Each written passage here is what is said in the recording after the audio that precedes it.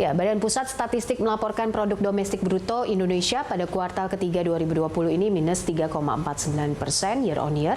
Dengan demikian Indonesia resmi masuk ke jurang resesi. Setelah pada kuartal kedua 2020 ekonomi Indonesia juga terkontraksi alias negatif. Dibandingkan kuartal kedua 2020, realisasi pertumbuhan ekonomi itu membaik. Pasalnya, pada kuartal kedua lalu, pertumbuhan ekonomi Indonesia mengalami kontraksi, yakni mencapai 5,32%. Menurut pengeluaran secara tahunan, semua komponen mengalami kontraksi dengan konsumsi rumah tangga yang mencatatkan penurunan yang paling dalam. Sementara itu, Menteri Keuangan Sri Mulyani Indrawati mengatakan perekonomian Indonesia mulai menunjukkan sinyal perbaikan pada kuartal ketiga ini.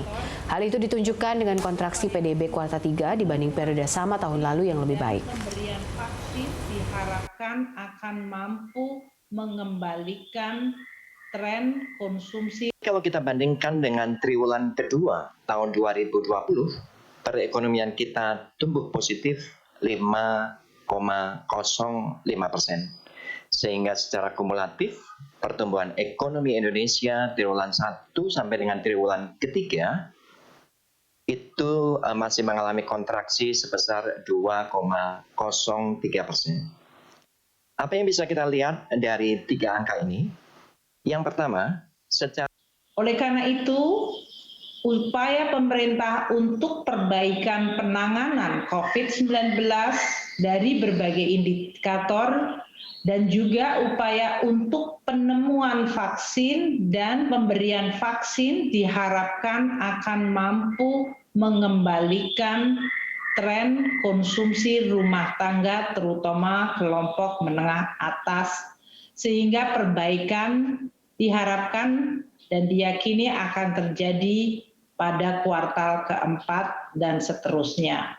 Berbagai kebijakan baik pada sisi fiskal yang dengan terus-menerus melakukan upaya pemulihan melalui insentif dari sisi perpajakan, belanja negara baik dari pusat dan daerah, dan dukungan dari pembiayaan diharapkan akan terus mendorong berbagai kegiatan sektoral dan di daerah. Demikian juga dengan kebijakan moneter yang bersama-sama dengan kami terus melakukan upaya untuk pemulihan ekonomi nasional.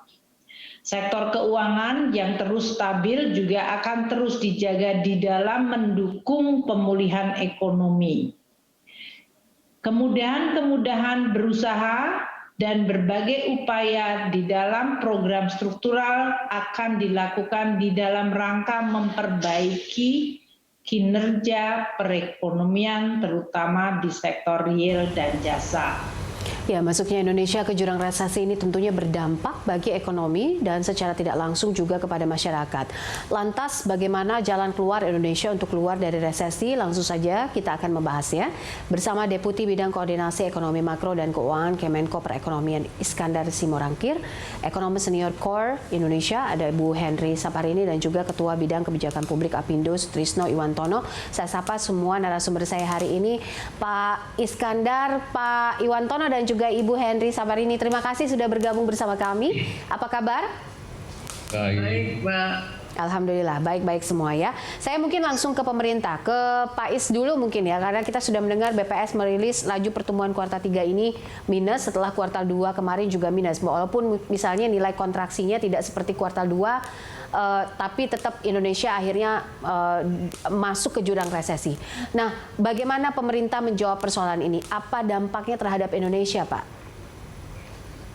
Sebelum menjawab pertanyaan tadi, mungkin saya ingin menjelaskan juga secara teknikal memang betul kita masuk resesi. Tapi kalau kita lihat angkanya, itu kita menunjukkan perbaikan. Artinya kebijakan-kebijakan yang dilakukan pemerintah bersama dengan dunia usaha itu sudah menunjukkan hasil. Kondisi tersebut tercermin dari, kalau kita lihat memang di triwulan 2 itu kontraksi pertumbuhannya minus 5,32%. Tetapi di triwulan 3 itu kontraksinya lebih kecil, minus 3,49. Yang perlu menjadi perhatian sebenarnya adalah coba kita lihat pertumbuhan Q2Q-nya. Kalau kita lihat Q2Q-nya kan sebenarnya udah 5,05%. 5,0%. Ini kan kontraksi ekonomi ini kan dialami oleh semua negara. Nggak mungkin kita mengebut pertumbuhan kita dengan mengorbankan kesehatan. Ini kan kita menyeimbangkan antara aspek kesehatan dengan aspek pertumbuhan. Maka tuh apa langkah yang dilakukan oleh pemerintah? Pemerintah pasti tetap konsisten menjaga kesehatan masyarakat dan tentunya mendorong pertumbuhan ekonomi. Bagaimana caranya adalah di sisi kesehatan kita akan menerapkan yang namanya 3M, memakai masker, mencuci tangan, menjaga jarak itu sudah menjadi budaya yang harus kita usahakan terus-menerus. Sama 3T, tracing, trace itu, kemudian treatmentnya itu harus kita jalankan supaya yang terbaik gitu. Sehingga tes, tracing sama treatment itu menjadi langkah yang utama. Sesudah kita menerapkan prinsip kesehatan tadi, tentunya kita ingin mendorong pertumbuhan ekonomi. Pertama tentunya di tengah kondisi global yang semuanya kontraksi, bahkan kita kontraksinya lebih baik, maka yang perlu kita dorong adalah sisi konsumsi dulu, agregat demand-nya. Bersamaan dengan itu tentunya kita dorong dulu daya beli, bersamaan dengan itu nanti kita dorong agregat supply-nya. Itu langkah yang dilakukan. Maka tuh kalau kita lihat komponen daripada anggaran PEN maupun APBN maupun APBD, untuk PEN misalkan itu kita melihat untuk meningkatkan daya beli masyarakat yang melalui perlindungan sosial itu 203,9 triliun. Kemudian didorong juga UMKM, yaitu 123,46 triliun di tahun 2020 ini. Ini menunjukkan bahwa mendorong grassroots itu, mendorong ekonomi dari bawah itu penting, yaitu UMKM tadi, mengingat peranan UMKM yang mencapai 61% di dalam pertumbuhan kita. Oleh karena itu, pertama langkahnya adalah UMKM tadi yang harus kita lakukan dengan cara meningkatkan daya beli masyarakat. Sesudah itu maka kita dorong sektor realnya secara bersamaan juga dengan memberdayakan produksi dalam negeri. Maka itu kalau kita lihat kebijakan-kebijakan yang dilakukan oleh pemerintah adalah salah satunya dengan subsidi impor tadi. Di tengah global yang terbatas harusnya pasar kita kan pasar dalam negeri. Ini yang perlu kita dorong. Sambil kita juga membenahi aspek struktural reformasi struktural kita dengan memperbaiki perizinan, memperbaiki dunia usaha sehingga investasi ini masuk ke Indonesia, sehingga kita bisa menurunkan cost of ekonomi yang ini merupakan cikal bakal kita untuk tumbuh lebih tinggi lagi dengan basis pertumbuhan yang luas dari aspek dalam negeri. Ini kan bisa menimbulkan scale of ekonomi kan, berarti harga per unit barang nanti pada akhirnya akan menjadi lebih murah. Ini modal dasar kita ketika nanti ekonomi dunia mulai pulih, kita bisa sangat kompetitif barang-barang kita, sehingga inilah nantinya yang memberikan nilai tambah lebih untuk mendorong ekonomi kita bisa lebih tinggi. Bahkan IMF itu di 2021 memproyeksikan pertumbuhan 6,1% untuk pertumbuhan ekonomi Indonesia. Oke, baik. Saya ke Ibu Henry. Ibu Henry, kalau menurut pengamatan Ibu Henry sendiri, secara teknikal dan juga secara fundamental, haruskah kita khawatir dengan kondisi ini karena kita sudah masuk ke jurang resesi? Saya rasanya sudah beberapa kali saya menyampaikan sebenarnya kita tidak perlu menekankan itu kepada resesi, karena kita memang sudah bisa memprediksi bahwa pertumbuhan ekonomi di kuartal 2, kuartal 3, dan mungkin kuartal 4 itu masih akan negatif. Tapi yang penting adalah bagaimana kita memilih strategi respon kebijakan yang memang kita tidak seharusnya kita itu kemudian ekonomi kita itu terkoreksi sangat dalam. Jadi kita punya potensi untuk mempertahankan agar kita tidak negatif terlalu dalam sebagaimana negara-negara lain atau negara-negara tetangga gitu. Jadi kalau tadi Pak Iskandar sudah menyampaikan bahwa sekarang ini kan pertumbuhannya masih negatif, tetapi kedalaman atau koreksinya itu lebih rendah dibanding kuartal kedua. Nah itu memang itulah yang terjadi pada kuartal ketiga ini. Bantuan pemerintah itu sudah banyak sekali yang disalurkan. Ya. Jadi stimulus ekonomi itu terutama tadi untuk perlindungan sosial yang jumlahnya lebih dari 200 triliun, ini yang realisasinya paling tinggi.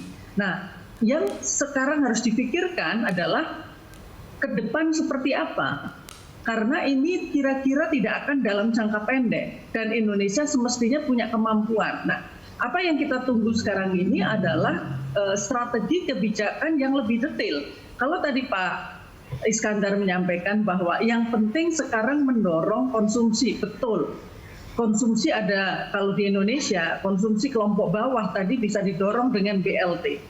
Tetapi spending yang terbesar itu sebenarnya pada kelompok menengah atas kalau ada di Indonesia, karena ada kesenjangan yang cukup luas. Nah, apa strategi yang akan dilakukan oleh pemerintah ini untuk bisa mendorong konsumsi pada kelompok menengah ke atas? Ini yang pertama. Jadi konsumsi itu jangan hanya diharapkan dari BLT saja, karena kemampuan pemerintah itu juga terbatas. Ya. Yang harus dilakukan selanjutnya adalah bagaimana masyarakat itu berkonsumsi yang kelas menengah ke bawah ini karena ada penambahan income mereka. Nah, maka yang kedua kebijakan yang diperlukan adalah bagaimana caranya agar masyarakat, kalau tadi disebutkan UMKM, itu bisa tetap berproduksi. Nah, maka yang harus disediakan kebijakan selanjutnya adalah bagaimana menyediakan market bagi mereka. Nah, ini kan yang semestinya bisa dilakukan kebijakan detailnya yang kita tunggu dari Pak Iskandar adalah dari pemerintah ini. Terus kemudian mereka disuruh jualan kemana UMKM tadi kan sudah diberi restrukturisasi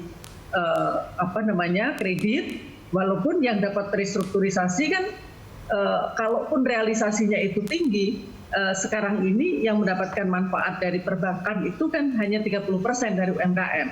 Jadi masih banyak UMKM yang belum tersentuh. Nah, sebenarnya pembiayaan lain itu kan banyak pilihan bagi UMKM. Asal ada marketnya. Nah ini makanya create market ini yang menjadi penting bagi Pak Iskandar untuk merencanakan tadi. Misalnya kalau kita BLT-nya itu pakai persyaratan gitu, bahwa itu adalah untuk mengkonsumsi produk-produk dalam negeri misalnya. Atau tadi strategi lain yang sudah disebutkan Pak Iskandar tadi adalah kita melakukan import substitution strategy. Iya, itu sih secara teori harus begitu. Yang kita tunggu dari pemerintah, dari PEN ini adalah kemudian apa saja, karena perlu ada referensi, perlu ada guidance, ya para pelaku usaha terutama menengah kecil ini yang bisa didorong untuk dilakukan substitusi impor. Karena tidak bisa kemudian nanti kita dengarkan Pak Iwantono, apa kemudian dibebaskan? Enggak, tentu saja ini harus ada guidance juga dari pemerintah bahwa produk apa saja ini yang ada peluang untuk disubstitusi di dalam negeri. Kemudian dukungan dari kredit itu juga akan diberikan karena memang pemerintah sudah menyuntikkan dana di perbankan Himbara maupun bank-bank yang lain. Nah ini kan harus ada kebijakan yang terintegrasi dan komprehensif tadi sehingga sektor yang akan didorong itu betul-betul akan terrealisasi. Apa saja sih, pilih aja 50 produk yang bisa disubstitusikan, serahkan kepada Pak Iwantono dan teman-teman. Kemudian kalau pasarnya sudah diberikan dengan dukungan kemudahan baik itu fiskal maupun untuk keuangan dan sebagainya akan bergerak sendiri, Mbak. Jadi itu yang kita harapkan untuk langkah selanjutnya. Oke, saya ingin tanggapan dari Pak Iwan. Bagaimana kondisi dunia usaha sampai saat ini memasuki kuartal 4, Pak Iwan? Ya, kalau dunia usaha sebenarnya sudah nggak terkaget-kaget lagi ya dengan pengumuman dari BPS kemarin kita -3. Itu sih sudah kita prediksi dan saya kira semua ekonom ya termasuk para menteri juga sudah memprediksi itu ya, walaupun mungkin tidak terucapkan ya. Saya kira Bu Sri Mulyani berkali-kali juga sudah mengatakan kita masuk resesi. Nah ini saya kira bukan isu baru lah buat kita gitu. Tapi yang terpenting itu adalah harus bottomnya itu harus segera ketahuan gitu. Jadi kalau kita udah tahu titik terendahnya, kemudian membal ke atas, itu yang paling penting. Jadi jangan sampai kita turun terus gitu. Kalau semester 3 kita perkirakan memang negatif gitu loh. Tetapi semester 4 ini sebenarnya kita harapkan akan bisa tumbuh lebih baik ya. Karena apa? Karena ini kan akhir tahun, jadi APBN tentu harus dipercepat,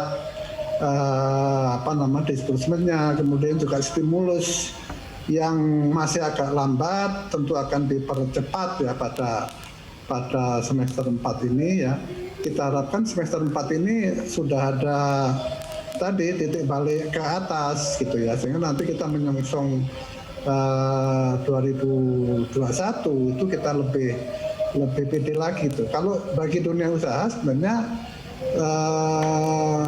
kita kan tidak ada kata menyerah gitu. Sebab kalau kita menyerah berarti mati kita. Karena itu dalam kondisi apapun tentu kita harus bisa bangkit. Yang utama sebenarnya kuncinya itu kan ada di kesehatan gitu. Kalau pandemi ini bisa kita selesaikan, virus kita kurangi penyebarannya, ya, tapi Pak Iskandar menyebut dengan 3T dan 3M itu caranya ada seperti itu gitu. Memang sayangnya kan di antara sektor-sektor lain stimulus ini yang kesehatannya yang agak tertinggal ini dibandingkan ekonominya gitu. Ekonominya saya kira untuk misalnya untuk UKM ya udah lumayan lah ya, BLT yang 2,4 juta itu juga sudah tersalur, walaupun itu juga terus terang masih kurang itu ya Pak Iskandar ya, karena kan baru 12 juta yang ditargetkan, sementara kita punya 64 juta. Jadi kalau kita misalnya ditambah lagi untuk akhir tahun ini tentu akan menimbulkan tadi yang disebut Bu Hendri adalah daya beli gitu ya.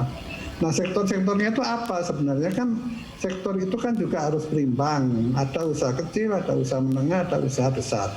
Tetapi di antaranya itu seharusnya ada industrial linkages gitu. Jadi kalau katakan industri tertentu yang sifatnya substitusi impor ya, yang harusnya diimpor kita produksi dalam negeri, tapi industri itu kalau bisa punya keterkaitan dengan sektor lain gitu. Contohnya misalnya kalau kita bisa mengembangkan industri-industri yang berbasiskan kepada agro gitu ya, agroindustri. Itu tentu kalau industri itu tumbuh dia akan bisa menampung produksi pertanian dalam negeri dan itu memberikan daya beli bagi petani. Kalau hotel kemudian dan restoran itu bisa berkembang, tentu dia akan belanja beras, belanja sayur, belanja yang lain. Ini industrial linkage di sini saya kira menurut saya sudah dipikirkan juga gitu loh oleh pemerintah. Tinggal kita menunggu bagaimana implementasinya. Jadi ada dua hal saja yang kita harapkan kalau dari pelaku usaha. Pertama adalah daya beli, tadi sudah banyak diskusikan ya. Yang kedua adalah sisi supply-nya.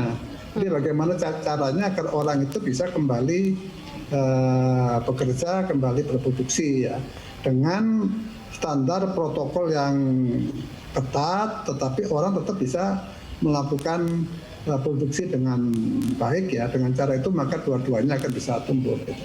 Okay. Nah khusus untuk sektor menengah tadi, saya kira sektor menengah ke atas sebenarnya bukannya nggak punya duit ya Bu Hendri ya Pak Iskandar ya, mereka punya gitu loh. Cuman kan dia belum yakin untuk spending gitu. Mau kemana sekarang, mau belanja apa, mau pergi juga susah gitu. Tapi bukan berarti mereka tidak ada daya belinya sih tabungan masih ada gitu. Ya, terima kasih, saya kira itu. Oke, baik. Saya nanti akan minta tanggapan Pak Iskandar untuk menjawabnya. Ini ada beberapa catatan tadi inputnya dari Bu Hendri dan juga Pak Iwantono, tapi kita jeda sebentar.